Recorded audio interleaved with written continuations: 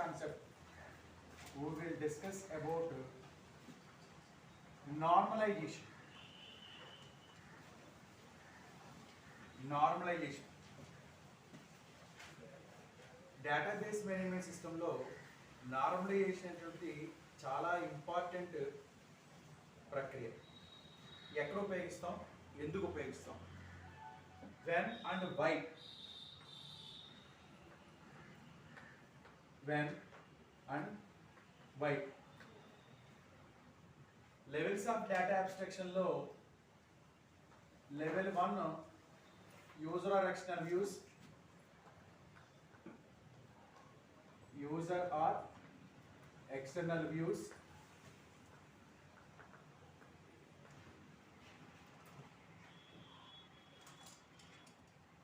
Level 2 లో వచ్చేసరికి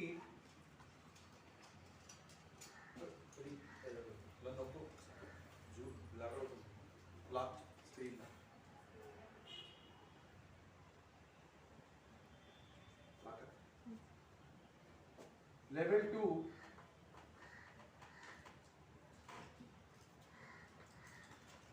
internal data model, conceptual data model,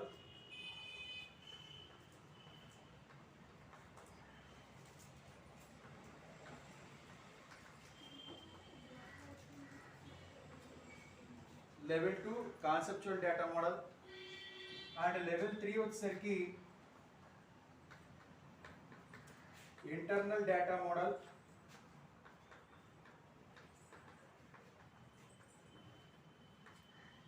level 4 లో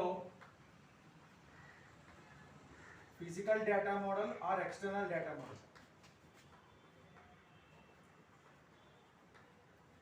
ఫిజికల్ డేటా మోడల్ ఆర్ దీన్ని ఏమంటాం, ఎక్స్టర్నల్ డేటా మోడల్ అంటాం. ఎక్స్టర్నల్ డేటా మోడల్ అంటాం.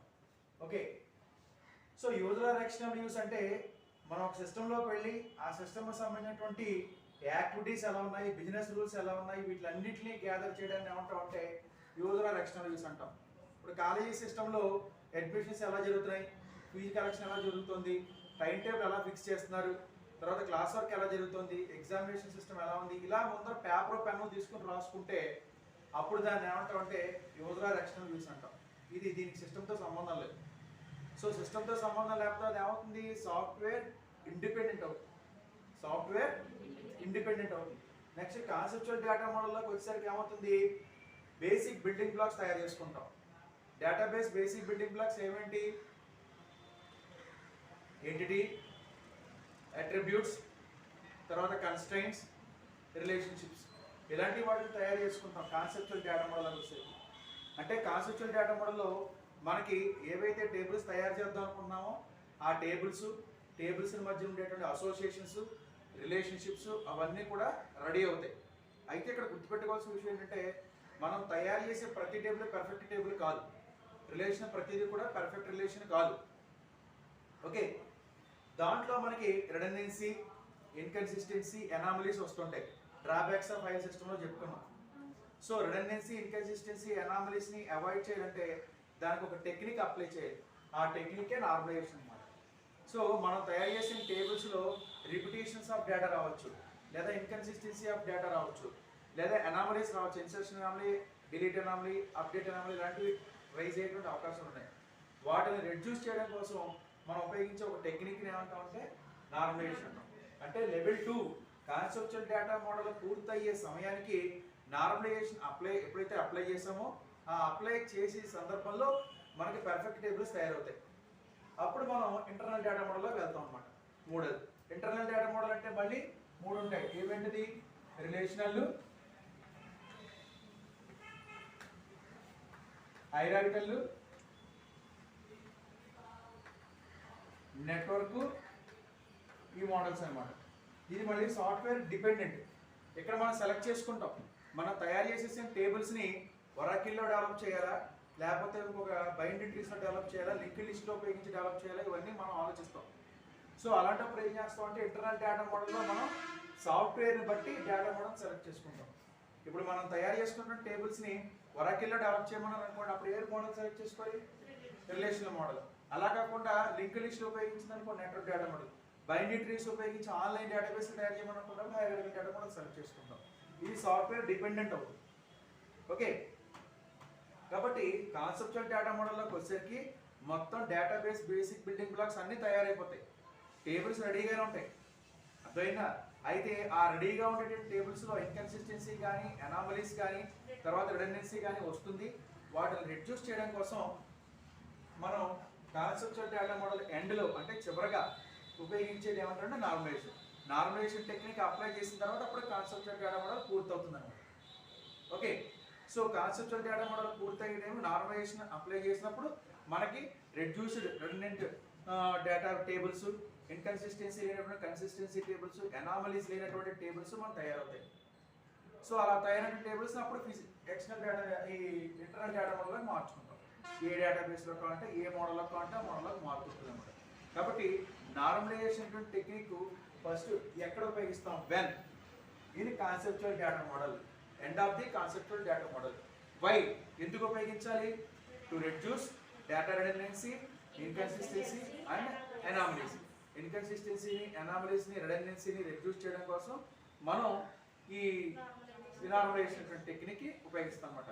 So the main definition of normalization is nothing but decomposition of tables to reduce inconsistency, anomalies and redundancy. Decomposition of tables. Split చేయడం వేరు, decomposition చేయడం వేరు. Split చేయడం అంటే మీనింగ్తో సంబంధం లేదు, మీనింగ్ ఎలా ఉందో మనకు అనవసరం, స్ప్లిట్ చేస్తాం. కానీ డికంపోజిషన్ అంటే అర్థం ఏంటంటే టేబుల్ యొక్క బేసిక్ క్యారెక్టరిస్టిక్స్ మారకూడదు అన్నమాట. అర్థమైందా? టేబుల్ యొక్క బేసిక్ క్యారెక్టరిస్టిక్స్ మారకూడదు. ఇప్పుడు వేలుంది, మనం బ్లేడ్తో కట్ చేసుకోవడానికి, ఇది చీము పడితే కనుక డాక్టర్ గారు కట్ చేయడానికి చాలా తేడా ఉంది. మనం కట్ చేసుకున్నప్పుడు కూడా వెయిన్స్ ఏవి కట్ అయిపోయి చూసుకోకపోతే, అంటే ఇష్టం వచ్చినట్టు నరికేసుకోవడం. అదే డాక్టర్ గారి దగ్గరికి వెళ్ళి కూడా ఎంత మేర కట్ చేయాలో అంత మేర కట్ చేస్తారు, without disturbing the basic characteristics and blood circulation of the finger. వేలి యొక్క బ్లడ్ సర్క్యులేషన్ కానీ వెయిన్స్ కానీ ఎలాంటివి మిస్ అవ్వకుండా, పాడవకుండా వాళ్ళ స్టైల్లో ప్రొఫిషియెంట్గా కట్ చేస్తారనమాట. అర్థమైందా? దానికి మనం చీమ్ పట్టింది కదా మనమే బ్లేడ్ ఇలా కట్ చేసుకోము. కట్ చేసుకుంటే ఏం జరుగుతుంది? బ్లీడింగ్ ఎక్కువైపోతుంది. వాళ్ళు కట్ చేస్తే బ్లీడింగ్ అలా జరగదు, అంటే వాళ్ళు ఎలా కట్ చేయాలో వాళ్ళు తెలుసు అనమాట. So that is the difference between splitting and decomposition. Split చేయడానికి, డికంపోజ్ చేయడానికి అర్థం అది. Decomposition means when you divide the table into subtables, the basic characteristics should not be disturbed. Table యొక్క బేసిక్ క్యారెక్టరిస్టిక్స్ మిస్ అవ్వకూడదు అన్నమాట. మీకు EF card rules అని చెప్పేసి వాడు అప్లోడ్ చేయడం జరిగింది, అది ఒక్కసారి చూడండి. ఆ ఈఎఫ్ కార్డ్ రూల్స్లో ఒక టేబుల్ ఎప్పుడు కూడా ఒక మీనింగ్నే ఇవ్వాలి, 2-3 మీనింగ్స్ని ఇవ్వకూడదు. అర్థమైందా? టేబుల్ ఎప్పుడైతే డికంపోజ్ చేసుకుంటూ వెళ్ళావో అలా డికంపోజ్ చేసినప్పుడు కూడా టేబుల్ ఎప్పుడు కూడా దాని యొక్క బేసిక్ లక్షణాలు మిస్ అవ్వకూడదు. అలా డికంపోజ్ చేసుకుంటూ వెళ్ళాలి. రిడెండెన్సీ తగ్గించుకోవాలి, ఇన్కన్సిస్టెన్సీ తగ్గించుకోవాలి, అనామలీస్ తగ్గించుకోవాలి. అలా చేయడానికి ఉపయోగించేటువంటి టెక్నిక్ ఏమంటామంటే నార్మలైజేషన్ అంటాం. ఒకసారి డెఫినేషన్ చూద్దాం. వెన్ వై అర్థమైంది కదా.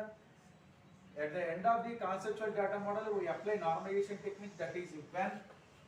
Why means we decompose. The normalization is used to decompose the tables to avoid or to reduce redundancy, inconsistency and anomalies. Definition.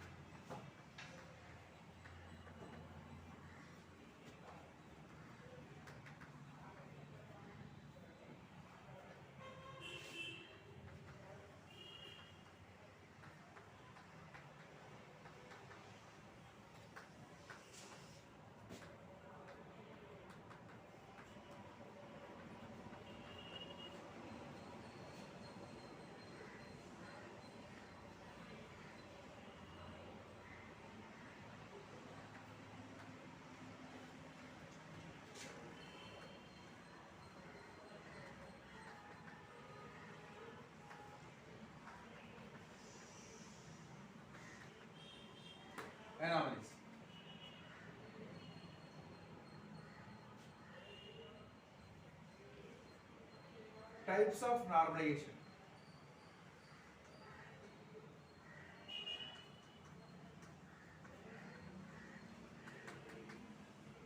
Normalisation లో మనకి first normal form,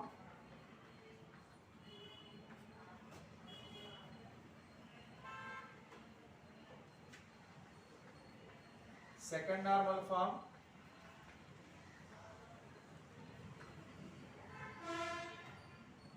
third normal form,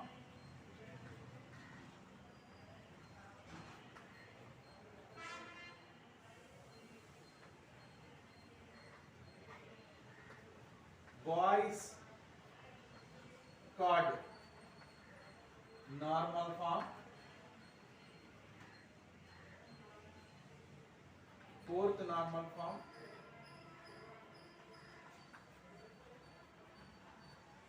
ఉన్నాయి.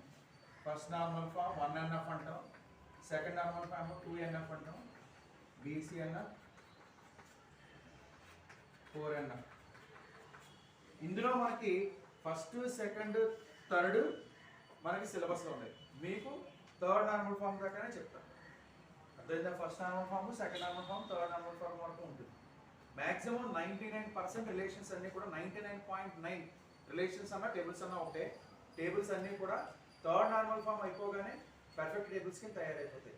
ఎక్కడో 0.1% table మాత్రమే BCNFని fourth normal form అవి apply చేస్తాం. Okay, so మనకి first, second, third practice చేసుకుంటే సరిపోతుంది. Okay, now let us start with first normal form.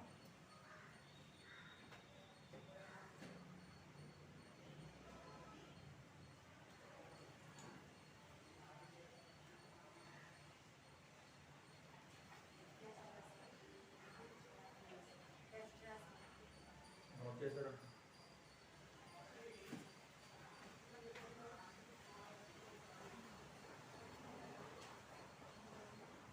మీరు రన్నింగ్ నోట్స్ ఇదే రాసుకోండి, ఎందుకంటే టైం ఎక్కువ, అప్లోడింగ్ టైం పెట్టాలి.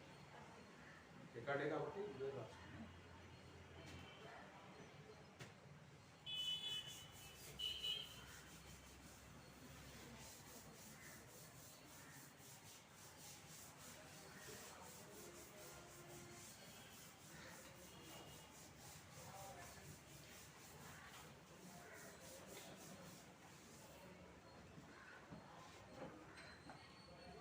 చూడండి, ఇక్కడ ఫస్ట్ది first normal form.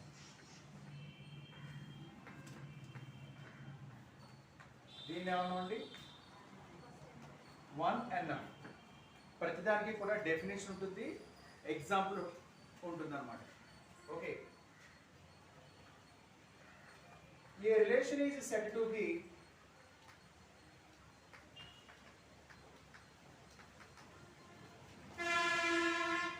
relation is said to be in first normal form. ఒక రిలేషన్ అంటే మనకి ఏదైనా ఒక రిలేషన్ దొరికితే ఆ రిలేషన్ ఫస్ట్ నార్మల్ ఫామ్ లో ఉంది అని ఎలా చెప్తామంటే, it is in unnormal form. Point number 1, ఇది అన్నార్మల్ ఫామ్ లో ఉండాలి. UNF అంటాం దీన్ని, అన్నార్మల్ ఫామ్ UNF అంటాం. రెండో point, there is no repeating group. There is no repeating group. రెండు పాయింట్స్. ఒక రిలేషన్ ఫస్ట్ నార్మల్ ఫామ్ లో ఉంది అని ఎలా చెప్తాం అంటే, దానికి అది ఎందులో ఉండాలి? ఆల్రెడీ అన్నార్మల్ ఫామ్ లో ఉండాలి. దానికి ఏమి ఉండకూడదు? రిపీటింగ్ గ్రూప్ ఉండకూడదు. ఒక ఎగ్జాంపుల్ చూద్దాం. Inventory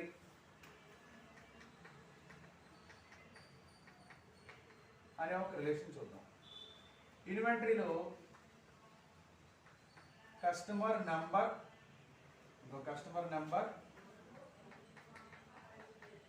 customer name, customer address, తర్వాత మళ్ళీ ఇందులోనే ISBN. ISBN అంటే బుక్ నెంబర్ అన్నమాట. ISBN, book title,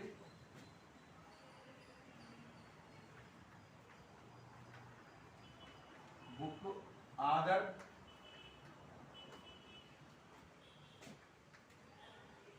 author name,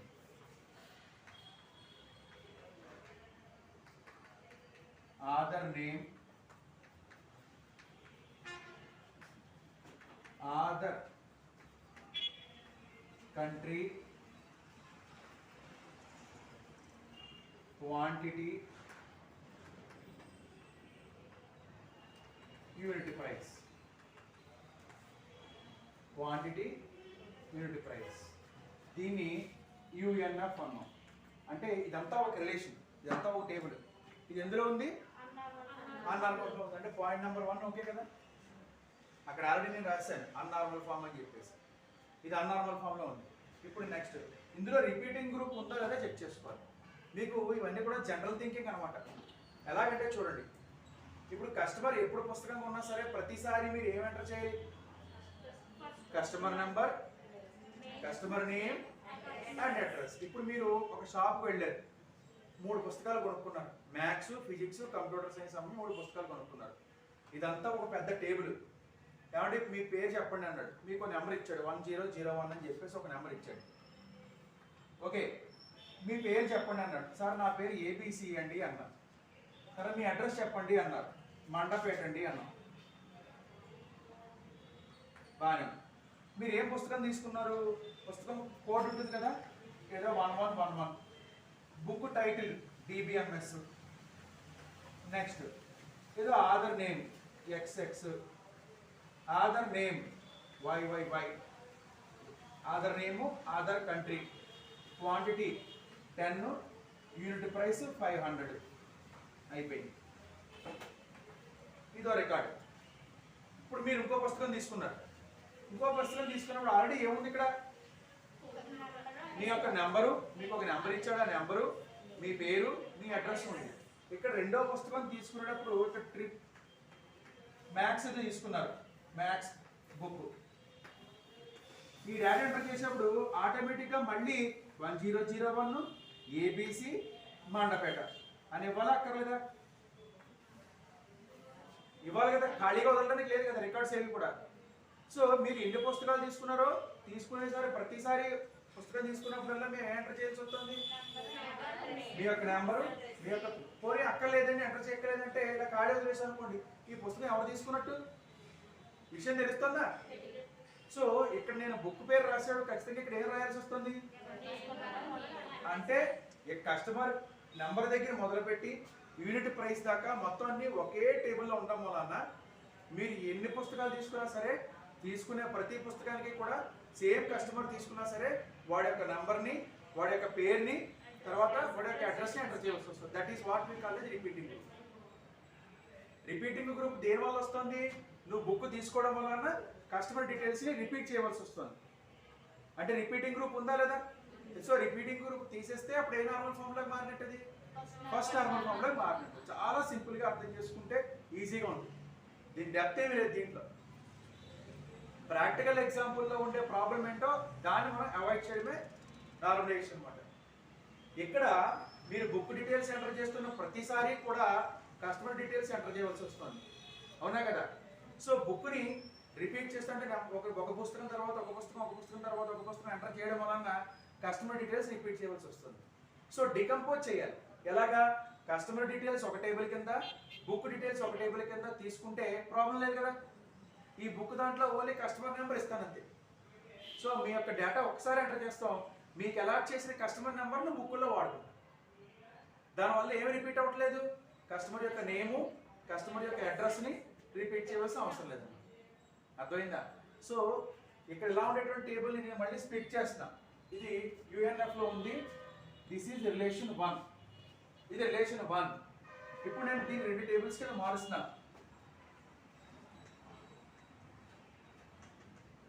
customer,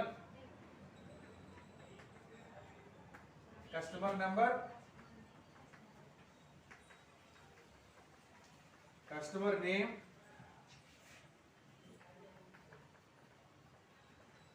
customer address. ఇది రిలేషన్ స్ప్లిట్ చేశాను, డికంపోజ్ చేశాను. ఇప్పుడు ఇంకో పేరు ఏంటి, customer book, customer underscore book, ఇది ఇంకో పేరు అనమాట, టేబుల్ పేరు. ఇందులో ఎవరు వస్తారు, దాంట్లో మరి ఏ కస్టమర్ తీసుకోవాలో డేటా తెలియాలి కదా మనకి. Customer number, ISBN, book title, author name,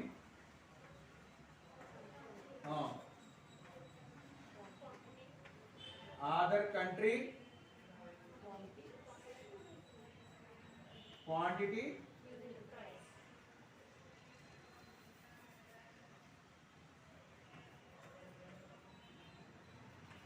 unit price. ఇది ఎన్నోది, 3. ఇప్పుడు చూడండి, మీరు ఒక పుస్తకం తీసుకుందాం షాప్కి వెళ్ళారు. ఈ కాన్సెప్ట్లో మీ యొక్క డేటా అంతా కూడా ఎందులో ఎంటర్ చేస్తాం సార్, ముందర మీ డీటెయిల్స్ చెప్పండి అంటారు. సో మీ యొక్క నెంబరు, మీ యొక్క పేరు, మీ యొక్క అడ్రస్ చెప్పేస్తారు. మీ యొక్క పేరు అడ్రస్ ఇవ్వగానే మీకు ఒక నెంబర్ అలర్ట్ అయిపోతుంది. మీకు ఒక నెంబర్ ఇచ్చాను సార్, ఇగో 1001, మీకు ఈ నెంబర్ రిఫరెన్స్, మీరు పుస్తకాలు తీసుకుంటూ వెళ్ళండి, ఎన్ని పుస్తకాలు తీసుకోవాలో చెప్పండి, మీ డేటా ఎంటర్ చేసుకుంటున్నారు. సో మీరు షాప్ అంతా సెర్చ్ చేసి మీకు కావాల్సిన పుస్తకాలు కలెక్ట్ చేసుకుని తెచ్చుకున్నారు. ఇందులో అయితే బుక్ డీటెయిల్స్ ఎంటర్ చేసిన ప్రతిసారి మీరు ఏం ఎంటర్ చేయాల్సి వచ్చేది, కస్టమర్ ఐడి, కస్టమర్ నేము, కస్టమర్ అడ్రస్ 3 ఎంటర్ చేయవలసి వచ్చేది. ఇప్పుడు ఈ కాన్సెప్ట్లో చూడండి, నేను book details first customer data enter చేశాను, ఏమొచ్చిందో ఒక నెంబర్ వచ్చింది. ఇప్పుడు ఆ నెంబర్ మీ దగ్గర ఉంది రిఫరెన్స్. ఇప్పుడు బుక్ డేటా ఎంటర్ చేస్తున్నాను. ISBN అంటే బుక్ నెంబర్ అనమాట. Book title, author name, author country, quantity, unit price enter చేస్తూ ఇది ఎవరు తీసుకున్నారు అంతే, కస్టమర్ నెంబర్ మాత్రమే ఎంటర్ చేశాను. ఇందులో ఏం రిపీట్ అవ్వలేదు, కస్టమర్ యొక్క నేము, కస్టమర్ యొక్క అడ్రస్ రిపీట్ అవ్వలేదు. So there is no repeating. Avoid చేయడం కాదు, రెడ్యూస్ చేయడం అనమాట. అవాయిడ్ చేయడం అంటే అసలు రిపీటింగ్ గ్రూప్ లేకుండా చేయడం, అలా చేయడం కుదరదు. అసలు ఏ కస్టమర్ తీసుకున్నారో తెలియదు కదా. సో రిడెండెన్సీ తగ్గించుకుంటాం, అర్థమైందా. So there is no repeating group. ఇప్పుడు మీరు రెండో బుక్ తీసుకున్నారు, రెండో బుక్ తీసుకున్నప్పుడు సెకండ్ బుక్ డీటెయిల్స్ ఎంటర్ చేస్తూ ఇక్కడ ఏం ఎంటర్ చేస్తాం, కస్టమర్ నెంబర్ మాత్రమే, ఏం ఎంటర్ చెయ్యం, కస్టమర్ నేమ్ అడ్రస్ ఎంటర్ చేయవలసిన అవసరం లేదన్నమాట, ఎందుకంటే డికంపోజ్ చేశాను. సో నార్మలైజేషన్లో ఫస్ట్ నార్మల్ ఫామ్ అనే కాన్సెప్ట్ ఉపయోగించి నేను రిపీటింగ్ గ్రూప్ లేకుండా చేయడం జరిగింది అనమాట, అర్థమైందా. ఇప్పుడు ఈ రెండు కూడా ఎందులో ఉన్నట్టు, ఏ నార్మల్ ఫామ్లో ఉన్నట్టు, ఫస్ట్ నార్మల్ ఫామ్లో ఉన్నట్టు. ఇప్పుడు ప్రస్తుతం ఫస్ట్ నార్మల్ ఫామ్లో డిస్కస్ చేస్తున్నాం కాబట్టి ఫస్ట్ నార్మల్ ఫామ్లో ఉన్నట్టు. సో ఫస్ట్ నార్మల్ ఫామ్ దగ్గరికి వచ్చేసరికి మనం తీసుకునే రిలేషన్ అన్నార్మల్ ఫామ్లో ఉండి రిపీటింగ్ గ్రూప్ లేకపోతే అప్పుడు ఆ రిలేషన్ ఎందులో ఉన్నట్టు, ఫస్ట్ నార్మల్ ఫామ్లో ఉన్నట్టు. ఒక్కోసారి రిపీటింగ్ గ్రూప్ లేకుండా డైరెక్ట్గా ఫస్ట్ నార్మల్ ఫామ్లో ఉండొచ్చు, చెప్పలేం. కాబట్టి చెక్ చేసుకోవాలి రిపీటింగ్ గ్రూప్ ఉందా లేదా అనే విషయం చూసుకోవాలి. ఇంకో ఇక్కడ నేను బుక్ డీటెయిల్స్ ఎంటర్ చేసిన ప్రతిసారి కూడా కస్టమర్ డీటెయిల్స్ ఎంటర్ చేయవలసి వస్తుంది. కాబట్టి కస్టమర్ డేటాని, బుక్ డేటాని విడివిడిగా డివైడ్ చేయాలి. ఈఎఫ్ కార్డ్ రూల్స్ అని చెప్పి 12 రూల్స్ మీకు వీడియో అప్లోడ్ చేయడం జరిగింది. దాంట్లో ఒక టేబుల్ ఎప్పుడు కూడా ఒక మీనింగే ఇవ్వాలి. ఒక టేబుల్ గురించి నువ్వు చెప్పేటప్పుడు అయితే కస్టమర్స్ గురించి చెప్పాలి, లేదా పుస్తకాల గురించి, బుక్స్ గురించి చెప్పాలి. కానీ మరి టేబుల్ దేని గురించి చెప్తుంది, కస్టమర్స్ గురించి చెప్పేస్తుంది, బుక్స్ గురించి కూడా చెప్తుంది, అర్థమైందా. సో ఈఎఫ్ కార్డ్ రూల్ ప్రకారం 1 table should represent 1 meaning only. ఒక టేబుల్ ఒక కాన్సెప్ట్ గురించి విషయం మాత్రమే చెప్పాలన్నమాట. So this is first normal form. So ఒక నార్మల్ ఫామ్, ఒక రిలేషన్ ఫస్ట్ నార్మల్ ఫామ్లో ఉంది అని ఎలా చెప్తామంటే అది అంతకుముందు అన్నార్మల్ ఫామ్లో ఉండాలి, రిపీటింగ్ గ్రూప్ ఉండకుండా ఉంటే అది ఫస్ట్ నార్మల్ ఫామ్లో ఉన్నట్టు అనమాట. సో ఇక్కడ మనం తీసుకున్నటువంటి ఫస్ట్ రిలేషన్ని మనం ఫస్ట్ నార్మల్ ఫామ్ అప్లై చేసి ఎందులోకి మార్చాము, ఇంకో ఫస్ట్ నార్మల్ ఫామ్లో మార్చాం, రిపీటింగ్ గ్రూప్ అవాయిడ్ చేసి. కాన్సెప్ట్ అర్థమైందా లేదా. So let us move to second normal form. Second normal ఫామ్లోకి వెళ్దాం. కొంతమంది అనుకుంటారు ఇక్కడ మన కస్టమర్ నెంబర్ రిపీట్ అవుతుంది కదండి. So reduce of redundancy, not avoidance of redundancy. Redundancy తీసేయట్లేదు, తగ్గిస్తున్నాం. ఎందుకంటే కనీసం కస్టమర్ నెంబర్ కూడా రెఫరెన్స్ లేకపోతే అసలు ఏ పుస్తకం ఎవరు తీసుకెళ్ళి అడగలుస్తుంది. కాబట్టి ఏ డేటా తగ్గించాం, కస్టమర్ యొక్క నేమ్ని, అడ్రస్ని తగ్గించడం జరిగింది. సో రిడెండెన్సీ తగ్గించేసి, రిడెండెన్సీ తగ్గించి ఎప్పుడైతే తగ్గిందో ఆటోమేటిక్గా ఏం తగ్గుతాయి, ఇన్కన్సిస్టెన్సీ. ఇన్కన్సిస్టెన్సీ తగ్గితే ఏమొస్తాయి, ఏం తగ్గుతాయి, redundancy leads to 2 parts. One is inconsistency and second one is anomalies. Redundancy అనేటువంటిది 2 రకాలుగా మనకి దోహదపడుతూ ఉంటుంది. దానివల్ల రెండు డిసడ్వాంటేజెస్ ఉన్నాయి. ఒకటి ఇన్కన్సిస్టెన్సీ, రెండోది అనామలీస్. సో రెడెండెన్సీ తగ్గించుకోవాలి. రిపిటేషన్ ఆఫ్ గ్రూప్ అంటే రెడెండెన్సీ కదా, కాబట్టి అదనమాట. So second normal form.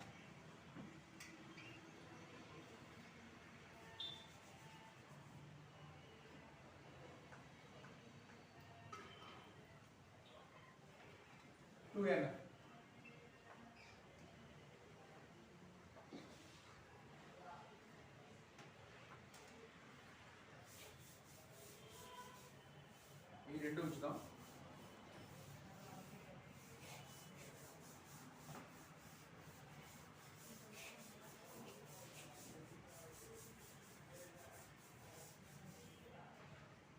Okay, ఇందులో మనం ఖచ్చితంగా కీ ఫీల్డ్స్ డిఫైన్ చేసుకోవాలి.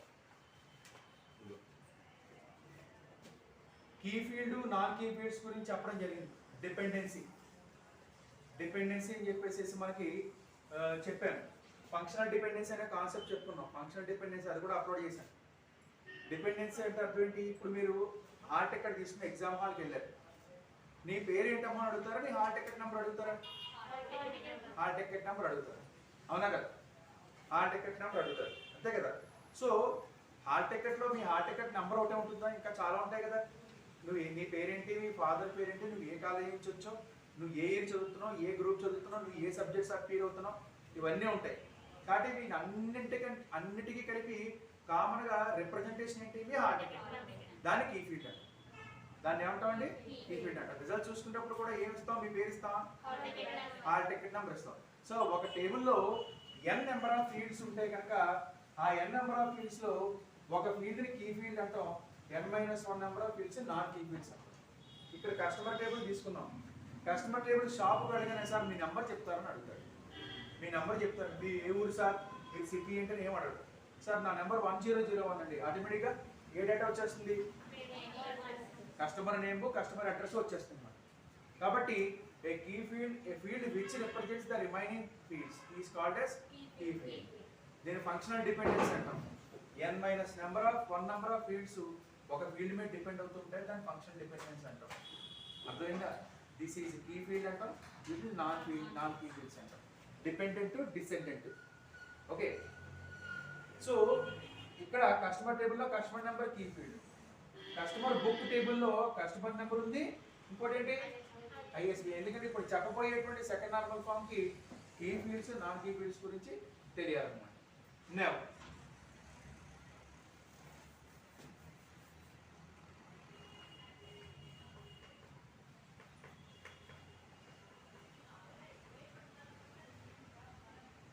Partial dependency. ఒక రిలేషన్ ని మనం సెకండ్ నార్మల్ ఫామ్ లో ఉంది అని ఎలా చెప్తాం అంటే, ఆ రిలేషన్ ఆల్రెడీ ఎందులో ఉండాలి? ఫస్ట్ నార్మల్ ఫామ్ లో ఉండాలి. ఇవి రెండు ఎందులో ఉన్నాయి? ఫస్ట్ నార్మల్ ఫామ్ లో ఉన్నాయి. పాయింట్ నెంబర్ 1, ఆ రిలేషన్ ఫస్ట్ నార్మల్ ఫామ్ లో ఉన్నాయి. అర్థమైందా? నెక్స్ట్ రెండోది ఏంటంటే ఏం ఉండకూడదు? పార్షియల్ డిపెండెన్సీ ఉండకూడదు. అసలు పార్షియల్ డిపెండెన్సీ అంటే అర్థం ఏంటంటే, ఒక టేబుల్లో ఒకటి కంటే ఎక్కువ కీ ఫీల్డ్స్ ఉన్నప్పుడు, పాయింట్ నెంబర్ 1, టేబుల్లో ఎన్ని కీ ఫీల్డ్స్ ఉండాలి? More than 1. ఇందులో ఎన్ని ఉన్నాయి? ఒకటే ఉంది. కాబట్టి దీనికి పార్షియల్ డిపెండెన్సీ లేదు. సో ఇది ఆల్రెడీ ఎందులో ఉన్నట్టు? సెకండ్ నార్మల్ ఫామ్ లో ఉన్నట్టు. దీనికి పార్షియల్ డిపెండెన్సీ ప్రాబ్లం లేదు. ఈ టేబుల్ వదిలేదు. అర్థమైందా? ఈ టేబుల్ పర్ఫెక్ట్ టేబుల్, ఇంకా దీన్ని మార్చక్కర్లేదు. ఈ టేబుల్ వదిలేచ్చు. ఒక టేబుల్లో ఒకటి కంటే ఎక్కువ కీ ఫీల్డ్స్ ఉన్నప్పుడు ఇదిగో ఉన్నాయి. ఏమున్నాయి? కస్టమర్ నెంబర్ ఉంది, ఐఎస్బిఎన్ ఉంది. కస్టమర్ నెంబర్, ఐఎస్బిఎన్ తీసుకున్నప్పుడు ఒక టేబుల్లో ఒకటి కంటే ఎక్కువ కీ ఫీల్డ్స్ ఉన్నప్పుడు కొన్ని నాన్ కీ ఫీల్డ్స్ వచ్చి ఒక కీ ఫీల్డ్ మీద, కొన్ని నాన్ కీ ఫీల్డ్స్ వచ్చి రెండు కీ ఫీల్డ్స్ మీద డిపెండ్ అవుతూ ఉంటే అప్పుడు దాన్ని పార్షియల్ డిపెండెన్సీ అంటాం. అర్థమైందా? కొన్ని నాన్ కీ ఫీల్డ్స్ వచ్చి ఒక కీ ఫీల్డ్ మీద డిపెండ్ అవ్వాలి, కొన్ని నాన్ కీ ఫీల్డ్స్ రెండిటి మీద డిపెండ్ అవ్వాలి, రెండు కీ ఫీల్డ్స్ మీద. అప్పుడు దాన్ని ఏమంటాం? పార్షియల్ డిపెండెన్సీ అంటాం. ఎలాగో చూడండి, ఇక్కడ కీ ఫీల్డ్స్ రాయండి. Customer number, ISBN. ఇప్పుడు చూడండి, బుక్ మీద ఎవరు డిపెండ్ అవుతారు? బుక్ టైటిల్, ఓకేనా? Book title, book ISBN book number. ISBN book number అంటే దీని పేరేంటి? Book title. ఇది ఎవరు రాశారు? ఆధార్ నేమ్. ఈ ఆధార్ ఏ ఊరు? ఆధార్ కంట్రీ. ఈ బుక్ యొక్క ప్రైస్ ఎంత? సో ఐఎస్బిఎన్ మీద, ఐఎస్బిఎన్ అనే కీ ఫీల్డ్ మీద ఎవరు డిపెండ్ అవుతున్నారు? Book title, author name, author country. ఈ నాన్ కీ ఫీల్డ్స్ అన్ని దేని మీద డిపెండ్ అవుతున్నాయి? కస్టమర్ నెంబర్ సంబంధం లేదు కదా. పుస్తకం పేరు ఇవన్నీ కస్టమర్ నెంబర్ సంబంధం లేదు. ఇవన్నీ ఎవరికి సంబంధించినవి? బుక్ నెంబర్కి సంబంధించినవి. ఇంకా ఫైనల్ గా ఒకటి ఏంటది? క్వాంటిటీ. ఇప్పుడు చూడండి, క్వాంటిటీ 12 పుస్తకాలు. ఏ నెంబర్ కలిగిన పుస్తకాలు? ఈ 12 ఎవరు పట్టుకెళ్ళారు? ఇప్పుడు డెఫినేషన్ చూడండి, partial dependency. A table have 2 or more key fields. ఒక టేబుల్ కి ఒకటి కంటే మోర్ దాన్ 1 కీ ఫీల్డ్, ఒకటి కంటే ఎక్కువ కీ ఫీల్డ్స్ ఉండి ఒక subset of non key fields వచ్చి ఒక కీ ఫీల్డ్ మీద డిపెండ్ అయ్యి ఇంకో subset of non key fields వచ్చి 2 కీ ఫీల్డ్స్ మీద డిపెండ్ అయ్యి ఉంటే అప్పుడు దాన్ని ఏమంటాం? పార్షియల్ డిపెండెన్సీ అంటాం. ఏమంటాం దాన్ని? పార్షియల్ డిపెండెన్సీ అంటాం. బేదా. సో ఇక్కడ రాద్దాం. means a relation have more than one key field and a subset of non fields depend on one key field and a subset of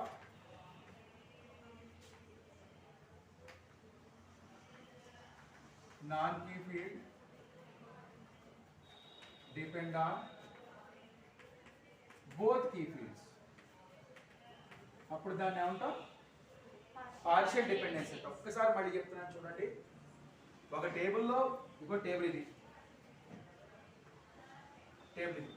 ఒక టేబుల్లో ఒకటి కంటే ఎక్కువ కీ ఫీల్డ్స్ ఉండి ఒక subset of non key fields వచ్చి ఒక field మీద డిపెండ్, ఒక కీ ఫీల్డ్ మీద డిపెండ్ అయి ఉండి ఒక subset of non key fields ఏమో 2 కీ ఫీల్డ్స్ మీద డిపెండ్ అయి ఉంటే అప్పుడు దాన్ని ఏమంటాం? పార్షియల్ డిపెండెన్సీ అంటాం. ఇప్పుడు కొత్తగా రాసే రిలేషన్ లో ఏముంటుంది చూడండి. కస్టమర్ నెంబరు, ఐఎస్బిఎన్, క్వాంటిటీ, ఇదొక relation. ISBN, book title, author name, author country, unit price, ఇదొక రిలేషన్. అర్థమైందా? చూడండి.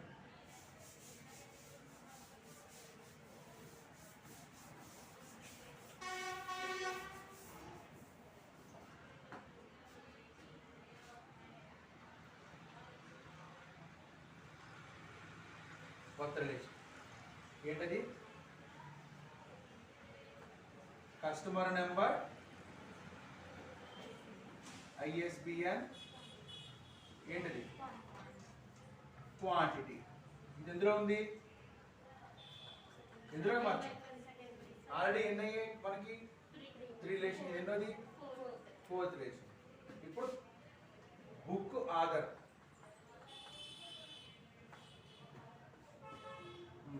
ఏమేంటి వస్తాయి? ఐఎస్బిఎన్, బుక్ టైటిల్, చెప్పండి, ఆధార్ నేమ్, ఆధార్,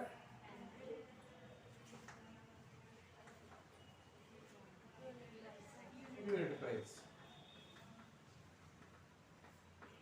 ఇది సెకండ్ అమౌంట్లో మారింది. ఇది ఎన్నోది? 5. అర్థమైందా? సో ఇది ఎందులో మార్చాం మనం? సెకండ్ నార్మల్ ఫామ్ లోకి మార్చాం. దేంట్లో మారింది?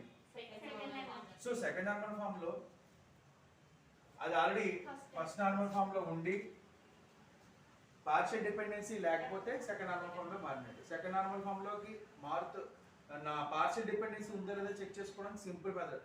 ఆ టేబుల్లో ఎన్ని కీ ఫీల్డ్స్ ఉండాలి? More than one key field ఉంటే కనుక ఒక subset of non key fields వచ్చి ఒక కీ ఫీల్డ్ మీద ఇంకొక subset of non key fields వచ్చి రెండు కీ ఫీల్డ్స్ మీద డిపెండ్ అయితే పార్షియల్ డిపెండెన్సీ. అలాంటప్పుడు ఏం చేయాలంటే ఒకటిని చూసారా, ఈ మూడు కలిపి ఒక రిలేషన్ చూస్తాం.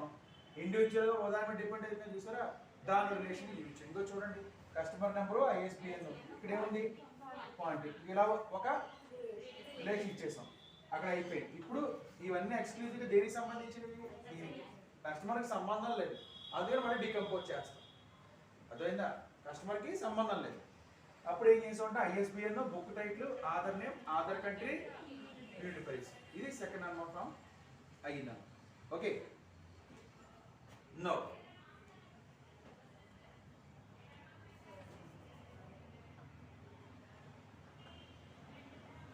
Third normal form. Third normal form అంటే a relation is said to be a third normal form. ఆ రిలేషన్ ఆల్రెడీ ఎందులో ఉండాలి? సెకండ్ నార్మల్ ఫామ్ లో ఉండాలి. Next, there is no transitive dependency. ఏమంటున్నాడు దాన్ని? Transitive dependency means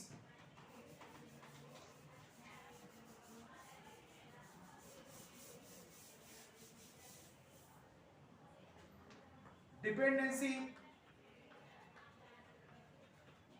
among non-key fields. Dependency among non-key fields మధ్య dependency ఉంటే అప్పుడు దాన్ని ఏమంటాం? ట్రాన్సిటివ్ డిపెండెన్సీ అంటాం. చూడండి, ఆధార్ కంట్రీ దేని మీద డిపెండ్ అవుతుంది? ఆధార్ నేమ్, ఆధార్ కంట్రీ తీసుకున్నాం. ఆధార్ కంట్రీ అది ఎవరికి సంబంధించింది? ఆధార్ సంబంధించి. ఈ రెండు కూడా ఏంటి? Non key fields. కీ ఫీల్డ్సా? Non key fields.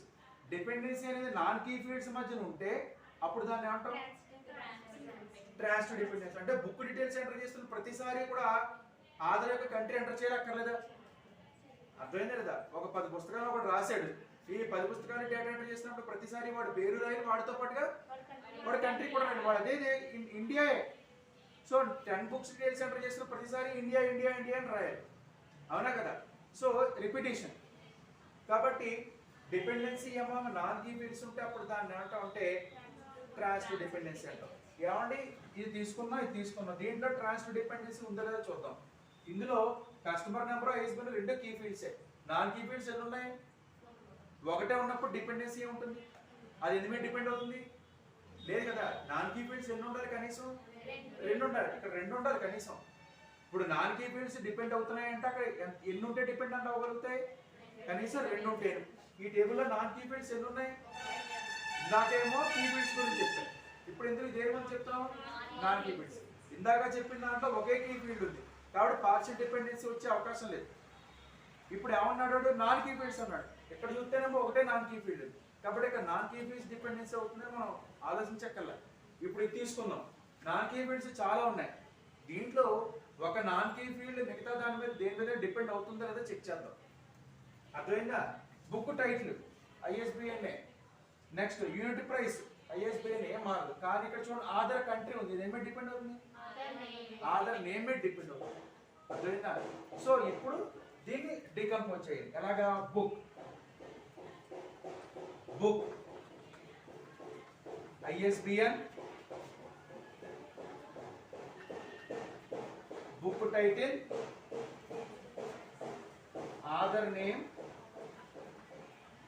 అంతే. కంట్రీ రాయకండి.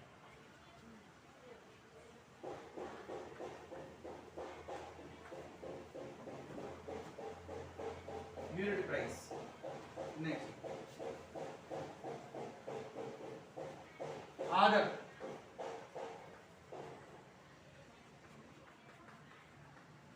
ముందుగానే మనం ఆధార్ యొక్క డీటెయిల్స్ ఎంటర్ చేసి పెట్టుకున్నాం అనుకోండి, వాడు కంట్రీ ఎంటర్ చేయగలదా? చేయాలా? ఇది ఎందులో ఉన్నట్టు? ఇది ఎందులో ఉన్నట్టు? Third normal. ఇప్పుడు చూడండి, ఎవరైనా ఆధార్ వచ్చాడు, వాడు 10 పుస్తకాలు రాశాడు అనుకోండి, ఆధార్ డీటెయిల్స్ అన్ని ఎంత ఎంటర్ చేస్తాం? ఆధార్ నేమ్ ఇవే ఉండకపోవచ్చు. ఇప్పుడు Aadhaar name, author country, Aadhaar mobile number, email ID అవన్నీ కూడా దేని మీద డిపెండ్ అవుతున్నాయి? ఆధార్ నేమ్ మీద డిపెండ్ అవుతున్నాయి. కాబట్టి వాటిలన్నింటినీ బయట తీసుకొచ్చేస్తాం. అంటే ఆధార్ పర్టికులర్స్ అన్ని వేరే టేబుల్లో పెట్టేస్తాం. నువ్వు ఏదైనా బుక్ డేటా ఎంటర్ చేసుకునేటప్పుడు ఏం ఎంటర్ చేస్తే చాలు? ఆధార్ నేమ్ ఎంటర్ చేసుకుంటే సరిపోతుంది అనమాట.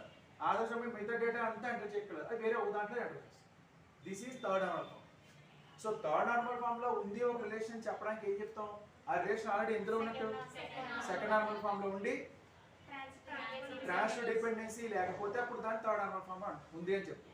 Transitive dependency means dependency among non key fields. అంటే కొన్ని నాన్ కీ ఫీల్డ్స్ వచ్చి వేరే ఒక నాన్ కీ ఫీల్డ్ మీద డిపెండ్ అవుతుంటే అప్పుడు దాన్ని ఏమంటే ట్రాన్సిటివ్ డిపెండెన్సీ అంటాం. ఇంకో ఇక్కడ అది ఆధార్ కంట్రీ వచ్చి ఆధార్ నేమ్ మీద డిపెండ్ అవుతుంది కాబట్టి దీన్ని ట్రాన్సిటివ్ డిపెండెన్సీ అంటాం. This is about third normal form. మీకు ఈ 3 నార్మల్ ఫామ్లో అయ్యేసరికి పూర్తిగా కంప్లీట్గా 4 డిజిట్ టేబుల్స్ తయారయ్యాయి. ఇంకా 0.001 టేబుల్స్ మాత్రమే ఎక్కడ ఉంటాయి. సో ఇది మీకు ఇప్పటిదాకా ఉన్నట్టు.